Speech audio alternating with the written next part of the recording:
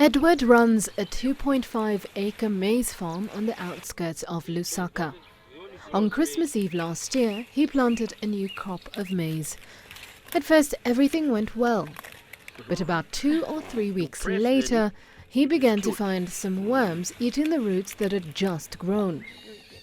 It was his first encounter with such pests, which he later discovered were fall army worms.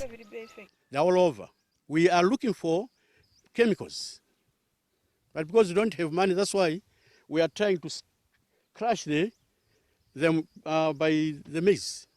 We may have something if we may control the armyworm. As corn is the staple in Zambia, this outbreak poses a huge threat to food security.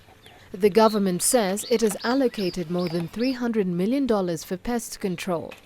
Military aircrafts have carried out large-scale pesticide spraying in some areas, and free corn seeds have also been provided to affected farmers in the hopes they can replant maize as soon as possible to minimize losses.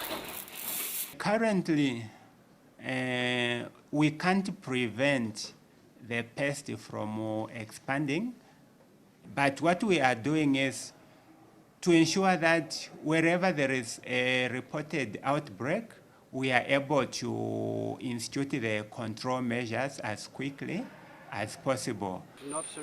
Zambian officials say the fall armyworm outbreak has generally been controlled, but the extent of the impact of the pests on the country's maize supply is still unknown.